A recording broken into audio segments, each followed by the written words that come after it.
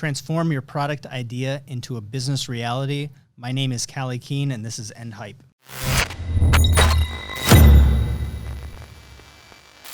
So today we're going back to the core. We're going back to the basics. We're going to answer one of those fundamental questions that everyone comes back and asks over and over and over again.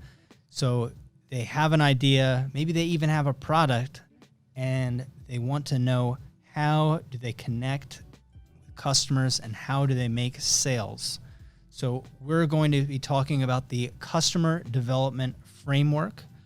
First, we're going to discuss one of the leading frameworks, process strategies that you see out there in the lean startup world. And then we're going to transition to talk a little bit about the Red Blue Collective framework, how we approach customer development from a unique perspective that works for physical products.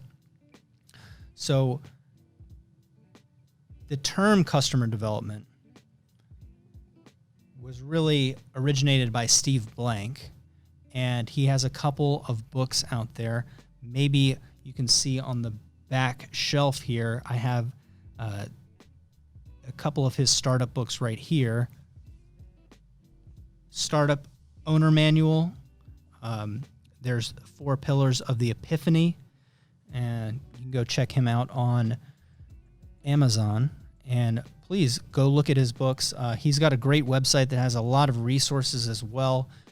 He's also known as one of the founders of the I-Core ICAP program. That's something that a lot of states, so like local, state, and federal organizations do for small businesses, for startup businesses. So here in Virginia, that's run by someone that we know does a fantastic job of taking people and their ideas and running them through that validation process. And it really works for a pretty broad range of businesses. So we've worked with food startups, and we've worked with services, and we've worked with, of course, physical products. And I've been a mentor in those programs, kind of seen that work firsthand. And it's interesting. It's interesting. For me, I think that physical products have unique issues, especially around capital, about having enough money to see your idea to market. And so when we look at these things and we look at the different steps, we also have to put into place securing funding through revenue, through prizes, through investment, so we know that we can actually get to that next step. So when we look at customer development, there's 4 steps to the framework. There's customer discovery, customer validation, there's company creation, and company building. And when I work with someone that is just at those early stages of having an idea, I like to focus on the discovery and the validation portion of it. We keep that creation and building, especially for physical products, we keep that as a goal. But there is a large chasm of capital and time commitment that we need to be very sure of in the validation process before we jump to that next stage. And when we start talking about how Red Blue Collective approaches this, you'll understand some of the tools and techniques that we've built that help you cross that chasm from, hey, I have a product idea that everyone wants, but I don't have the funding, to hop over to, I have this product idea that everyone wants, and I have the money to see it through. I have the plan to see it through. I have the team to see it through. So when we talk about customer discovery, what we're really trying to do is understand who our customer is and their needs. Okay, so this, for our purposes, really involves building a highly detailed customer avatar. And we're going to go out in the next process and we're going to actually validate. Do these people exist? Do we have access to these people? How costly is it to access them? Are these people the kind of people that we really want to build a business around? Do we want to serve this group of people and build our business, build our life around them as a strategy, or should we focus on something else? So when we talk about our personal goals and our alignment and fulfillment, all those fun things that are in conjunction with the hard skills, the hard facts of our business and profitability, you have to look at both and say, hey, I have access to this customer. Yeah, I really feel passionately about them. I really want to help them, because that's going to help fuel the revenue later.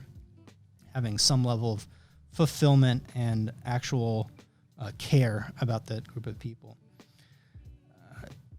What we're also doing is we're understanding them enough to then to at least be able to create a hypothesis, to say, these are the problems that they have. I've spoken with them. I've done our competitive analysis. I've done some research, and this is what they need, and this is why. And you need to be able to hypothesize this is the solution that they have. A lot of people are entering the process of product development, of new product development, with an idea, a thing that they want to build. But if we ask why, it's naturally to say for whom as well. Like, why are we building this?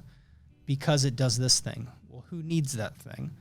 Once we back up and we look at new product development as a process that starts with customer development itself, we can build highly effective products and highly effective businesses around those products. So what we need to do is you find that problem, you hypothesize what that solution would be, you identify assumptions around that, like, here, this is where it would sell, this is what they would pay for it, this is how it would sell, what channel it would sell. What must be true for this solution to be effective, right? That's basically an assumption. And we're going to then go build some experiments to validate those assumptions. We talk about the most simple thing is going out and talking to 10 people, to 20 people, to see if they actually have that problem. And the top thing that happens is people don't even have the ability to go out and discuss. This is what I want to do. This is the problem that I think you have. They can't even access 10 people. And then that's great.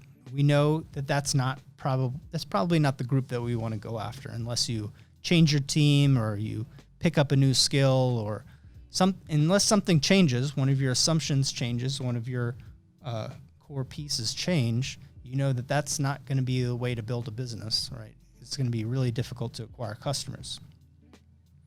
So when we're looking at the discovery, we want to understand the customer and their needs. We move on to that second stage, the customer validation.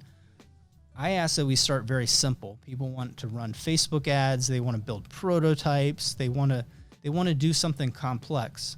But I advocate doing the most simple thing is just get out of the office, go talk to some people. Go talk to them about their problems. Go talk to them about their day. Understand the context of the challenge that they have. Understand what their desires are, like what their fears are, what the risks of them not solving that problem are. And we build a highly detailed customer avatar from that, so we can do marketing better later, so we can inform product development. But the quality at which that you can do this customer development is going to dictate the quality at which you can create a business that sells physical product. Very infrequently do I find a company that doesn't understand their customer, doesn't understand their customer needs, but has somehow magically created a product that everyone wants to buy. Very, very infrequent. That would be like a lottery ticket scratcher situation, right? You know very little, but somehow have succeeded despite yourself. So I do see a very strong correlation to the people that put in the effort to understand their customers, validate their understanding, to then build world-class products and know exactly how to market them, know exactly what to build, and to see them succeed. So when we talk about customer development, we're really initially looking at how is this going to direct that new product development, but then how is it going to affect the business development, the marketing later in this process. Step 3 in the customer development framework that Steve Blank gives us is company creation. We're going to create an entity to actually sell our idea. To sell our idea means to turn it into a product, right? Once we create a business, hopefully it will then become, as we say, a business reality. The issue with this step between the customer discovery and validation and now the company creation is that there is a chasm here. There is a big leap of faith that needs to be made, a leap of capital that needs to be applied. If we approach this as, hey, I think this should exist. I talked to a couple people. Oh, yeah, I really know what I'm doing. I'm going to plunk down my life savings, make it happen. I'll just, sell this on Etsy or on my website or on Kickstarter. You're putting a lot at risk.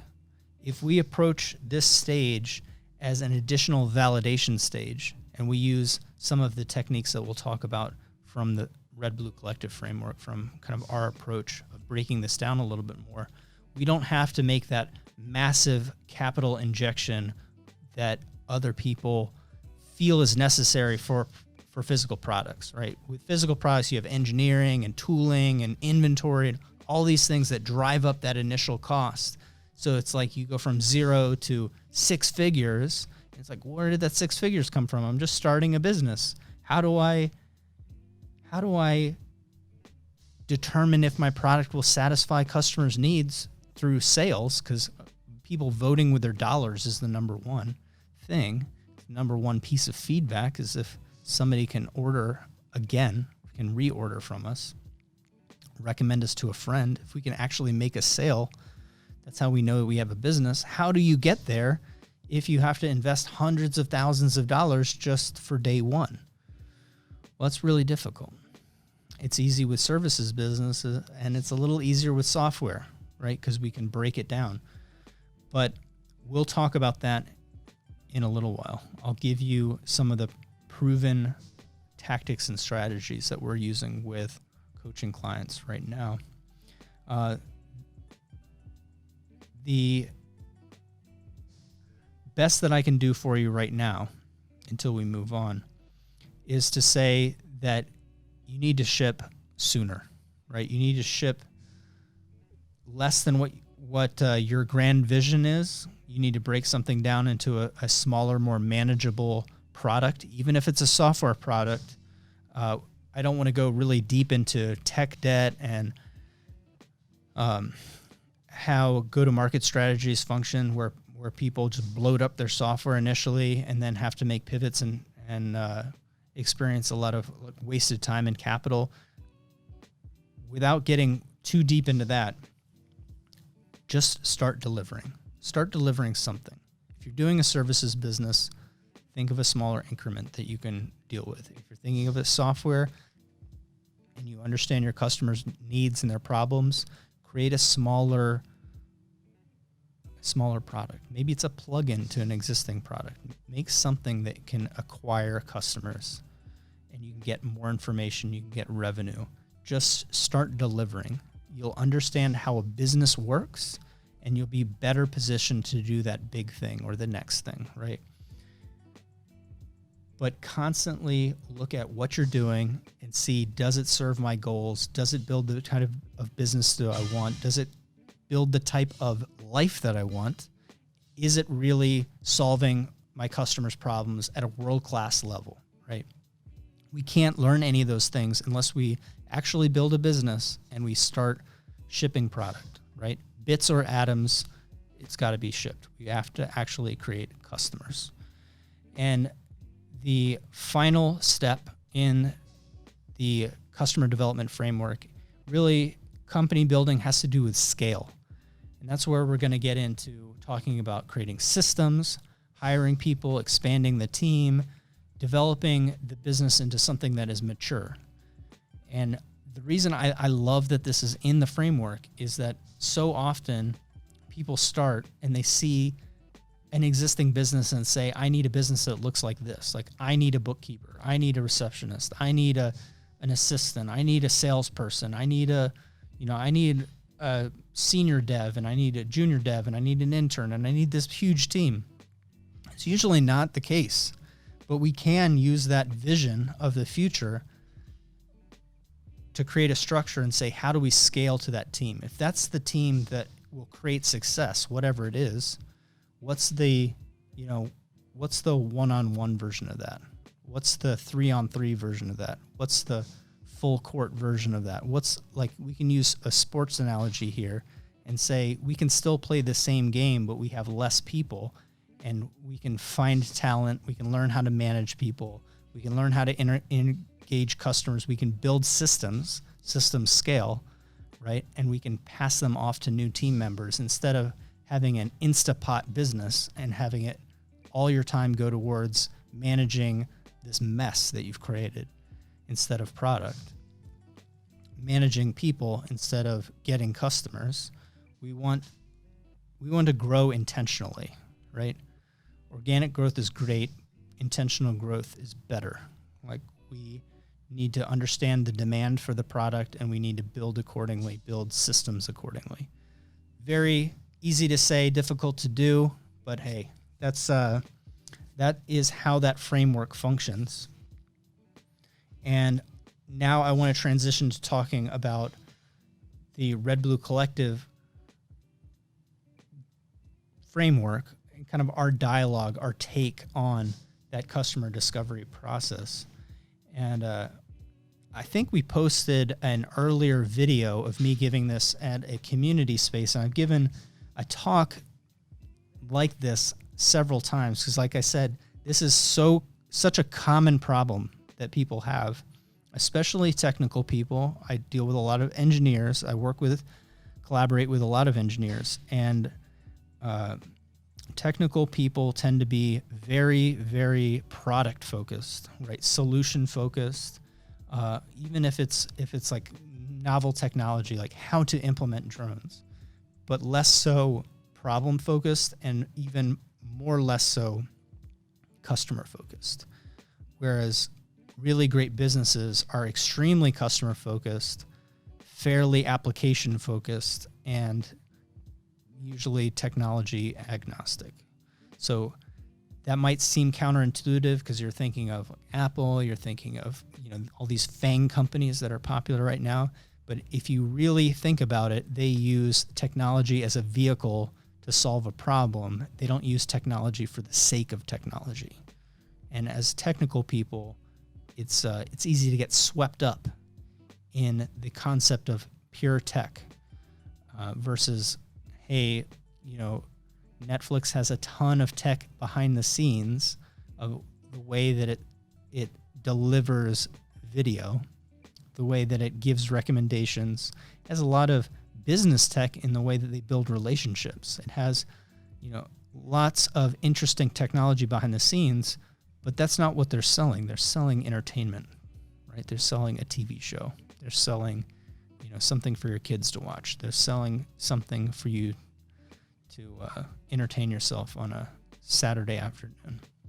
They're not selling you on the fact that they have amazing co-located servers or whatever, cloud technology that they use for storing and distributing massive amounts of content. That might be interesting, but it's not the product that they sell. That's the product that somebody else sells that Netflix buys, right? So when we look at customer development, I see this, and I call this the unholy dream. Is people come up with an idea, people buy an idea, boom, a business is created. That's the unholy dream. That's how product businesses work, right? You have a little shower thought, I whip it up, People start buying it, or maybe they don't. And then I have a successful business, or I don't. When you state it like that, when you state it flat out, you know that it's not true.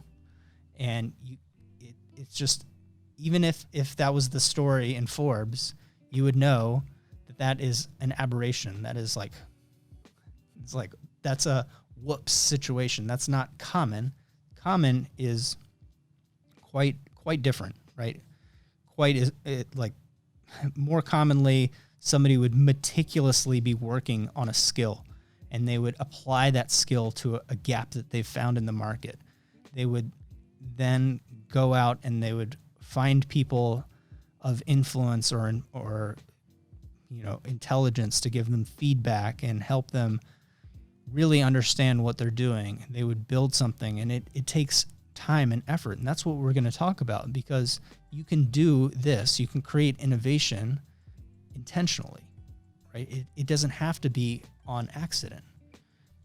And we have this initial view because we find the product so important and the customer so much less important, that it's all about that idea, that we're going to come up with the idea, we're going to make the idea, and it's going to happen. So we call that the unholy dream, or I call it the Kevin Costner moment, the field of daydreams.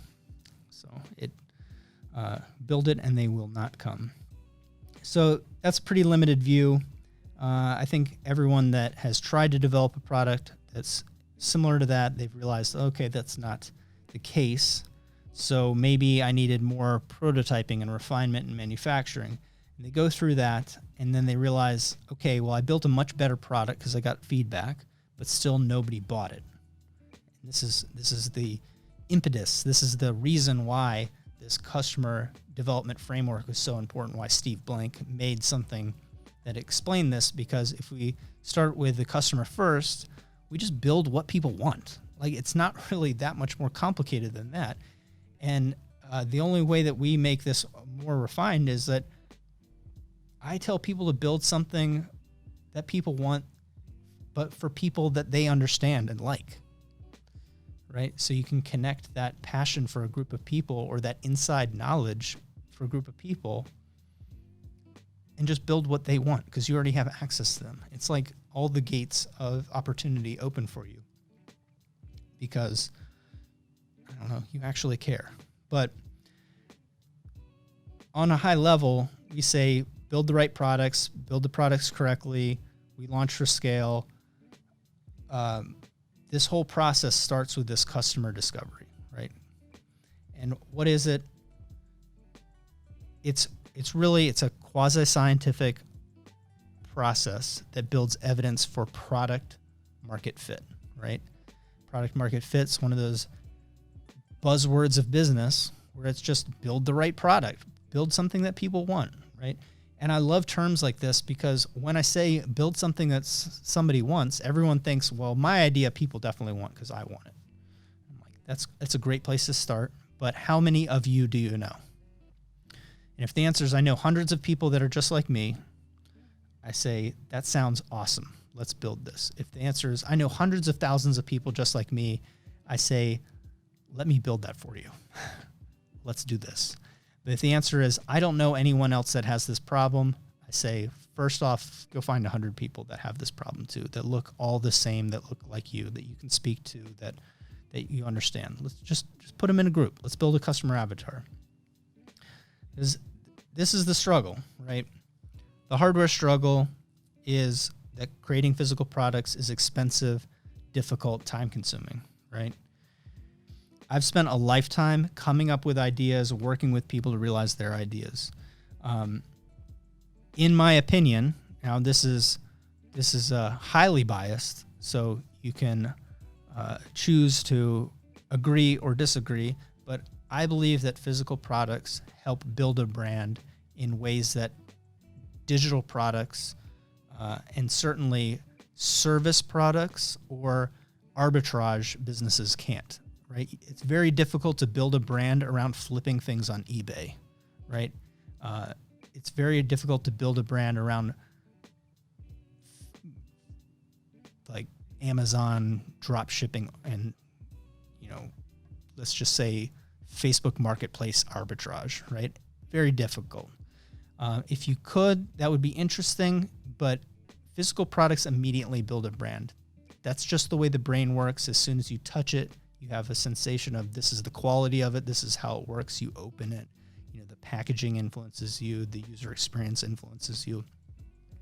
This is why, on a very low level, influencers and businesses sell t-shirts, right? It just gives you something tangible to make the intangible exist, right? Something that we can connect with our primitive brains, right?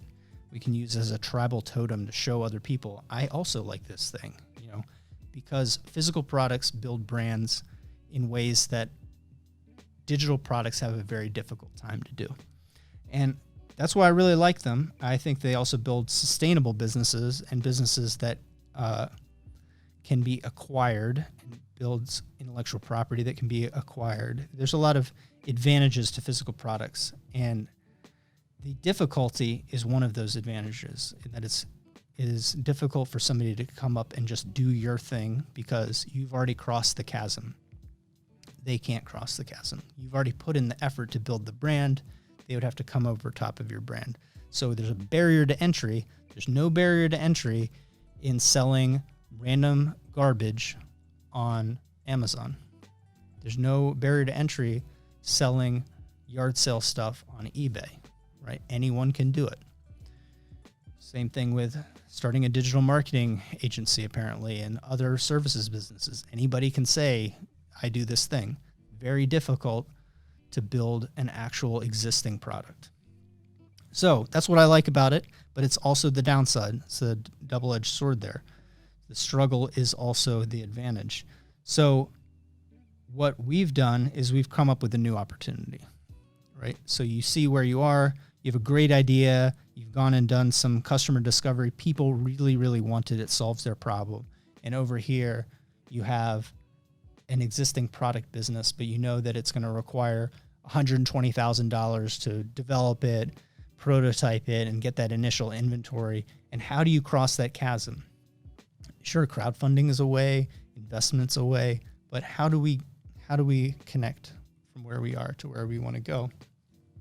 And I'm going to show you how you can do that with customer development, and how you can then tie that in to things like crowdfunding or things like investment. Because if you've ever seen a successful crowdfunding campaign, why do they already have so many sales, like in the first hour or the first 5 hours, first day? Why are they 100% funded the first day? Is it because they're so amazing and they've got pushed to the front page? No, it's because they brought the customers. If somebody launches their product on Amazon and it becomes a top seller on Amazon, is because they had really great SEO on the page? No. Generally, somebody brings those first 1,000 sales to that customer, to that listing. It pushes it to the top, and then there's some organic traffic that happens after that, after Amazon says, man, this thing's really going. I got to promote this because I make money when people buy it. So that lends us to think that no matter what we're trying to do, we need to have some type of customer development, some kind of customer discovery, some process. We need to get a little farther down the road before we just think of, hey, there's some magic solution. So,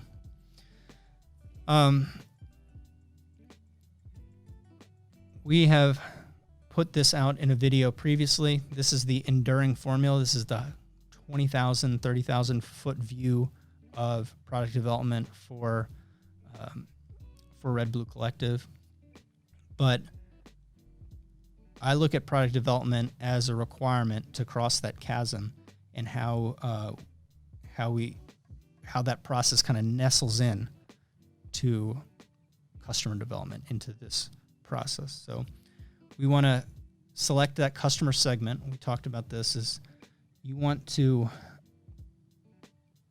understand this group of people. I think this should be one of your competitive advantages, is that you should understand this group of people better than anyone else, right? If I had to have an unfair advantage in anything, it would be my connection to customers.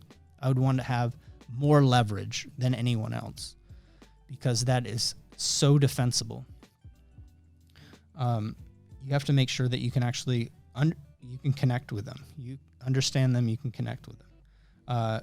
In our process, we call them tribes, and we actually care about this group of people. We understand who the leadership is. We understand what their desires are, what their passions are, what their needs are, their fears are. What would happen if they didn't solve this problem? What are the advantages if they do solve it, right? We look at all of those pieces. We build a very complex customer avatar sheet that has all of these pieces.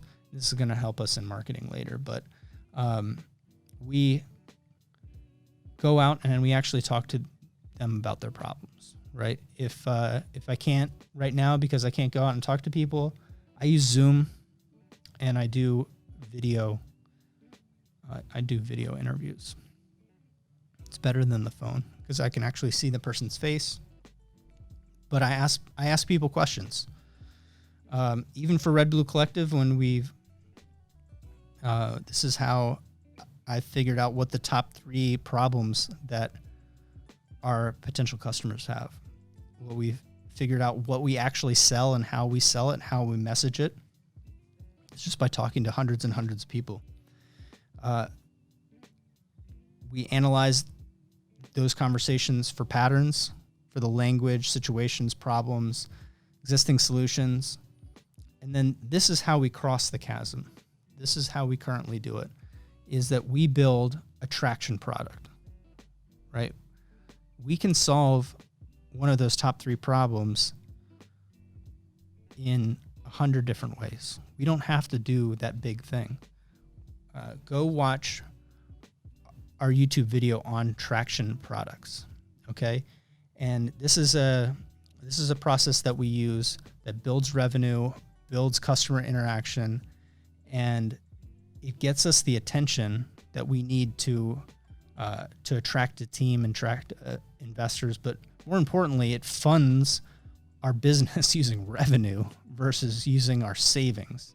So we build something very simple to start working through our business. So we cross the chasm by eliminating it because it's an illusion. It doesn't actually exist. It only exists because you've put the idea on a pedestal. You've put an idea that is impossible to execute on as your vision instead of creating your vision as this is the company that I want to build. This is like the life that I want that company to give me. And then creating products as strategies for moments in time that take you from where you are to where you want to go. And much of what we do in coaching is basically that, is looking at who do you want to serve? Can you contact them? What kind of life do you want? What kind of business are you trying to build, right? That supports those goals. And then how can we create a series of strategies that enables you to serve those people to get what you want, right? I guess it's Zig Ziglar. He said now I'll probably butcher this, but the easiest way to get what you want is to help others get what they want, right? And amazing customer service, or as we call it, aggressive value, that is the game theory optimal. That's the GTO method of building a business, for sure. Building a sustaining business, building a sustaining brand or personal brand, for sure, right? For sure. But when we look at business like that, and we look at the customer development process like that, we realize there's probably something we could do next week, right? That would validate our business. So it would get us from that step 2 to step 3. It'd get us from that customer validation over to the company creation piece. And then when we look at traction products getting bigger and bigger and bigger, we have a natural path to company building, to go from step 3 to step 4, right? Company creation to company building. So when we build this traction product, we're really, at first, we're really looking for testimonials. We're looking for case studies. We're looking for a way to engage influencers in the market, leaders in the market, leaders of our tribe, get them to help promote it, get them to become advocates for our brand, we're trying to build fans. I don't think that we can survive in business transactionally, right? If I sell something to you one time and it's terrible, everyone's going to find out that it's terrible. And I won't have a business. I'll have had a scheme. And tomorrow I'll be gone.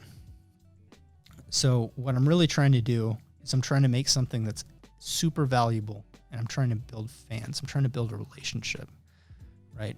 So instead of just getting that $5 or $27 or $997 or whatever it is, I'm trying to put people on. I'm trying to put people onto my brand. I'm trying to get them to refer their friends. I'm trying to track that and say, this is the impact that I provided for this group of people, this person. This is how much they've promoted. This is how much that they have, referred and driven. Because I know that if somebody likes my product, but enough to refer their family member, they must really, really like it. They're putting themselves out there. So I'm looking for the feedback, and then I can iterate on larger products. So our high level process for product development and that we embed into this customer development process, this takes us from that 1 to 2 to 3 to 4. But we pick a group of people that we like, that we understand. We go talk to them. We build something that solves their problem. We get feedback, and we iterate, and we do it at bigger and bigger sizes until we can add zeros onto the end of our business revenue, right? Right now, most people, they look at this big problem and use it as an excuse to procrastinate, and they only have the 1 0, right? Trying to put some good numbers in front of it, start adding zeros behind it, right? But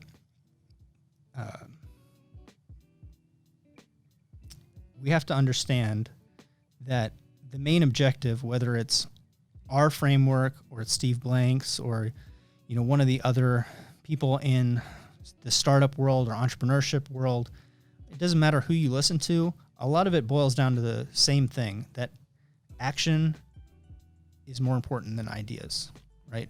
We say action over everything, right? Ideas are less important than actually doing something because ideas are inspiration. They're usually wrong, right? And that's okay. But we can't get any more information until we actually start taking action and refining our inspiration. We can't go anywhere. We can't do anything. And what I want you to see is that it's not getting customers isn't some magic trick, right? It's not, this is the secret unlock to running Facebook ads. That is a tactic that's built into a process, right? The process is the strategy. We're going to do these things in the sequence. There's ways of accelerating that with Facebook ads, with LinkedIn engagement, with content marketing, with all these pieces. Like, somebody's going to spend 20 hours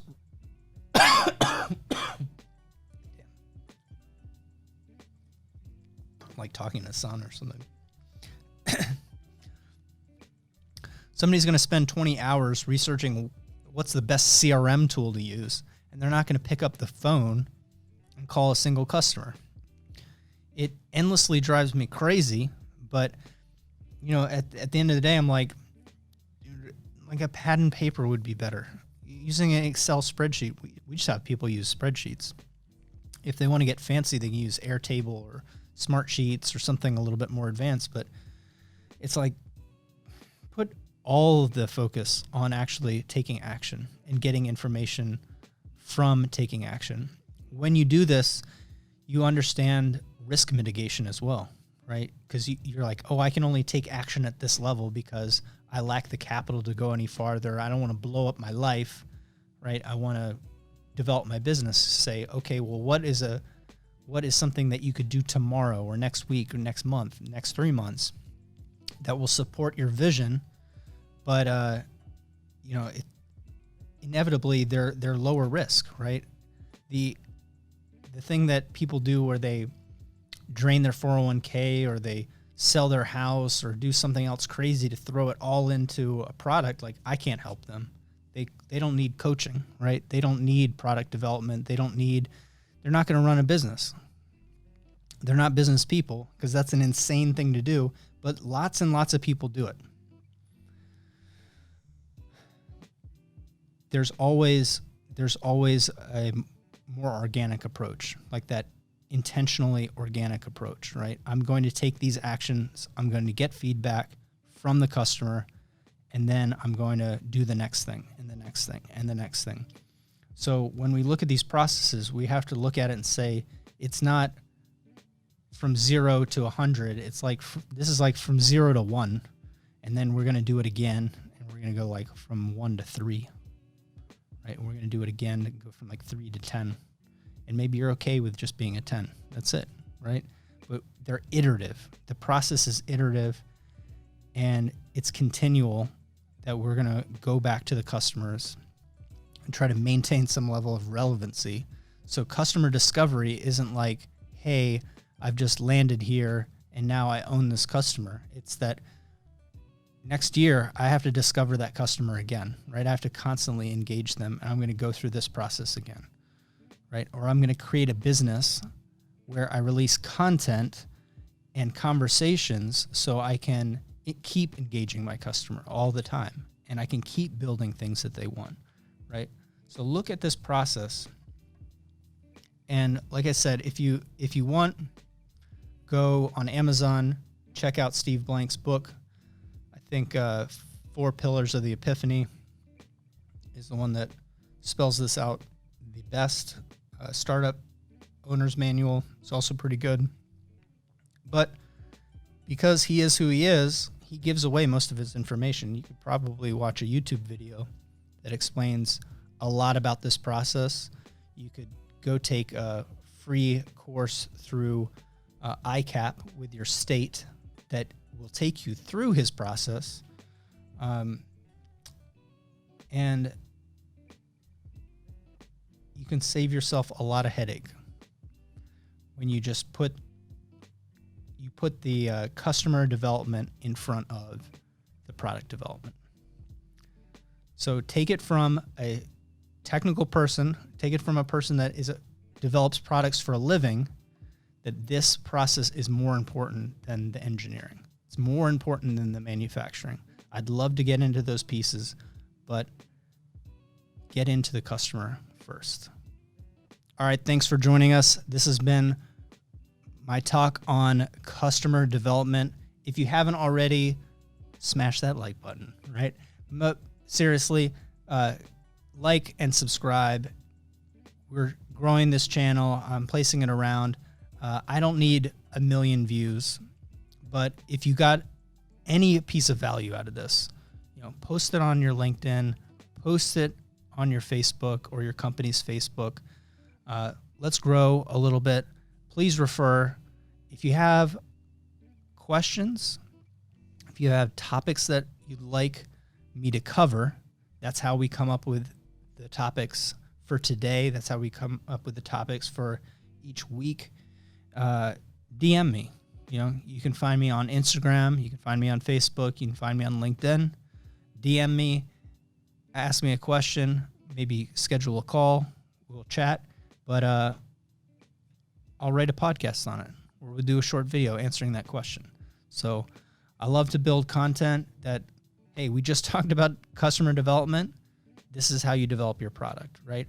I've got a lot of ideas rattling around my brain from doing this for, 13, 14 years now.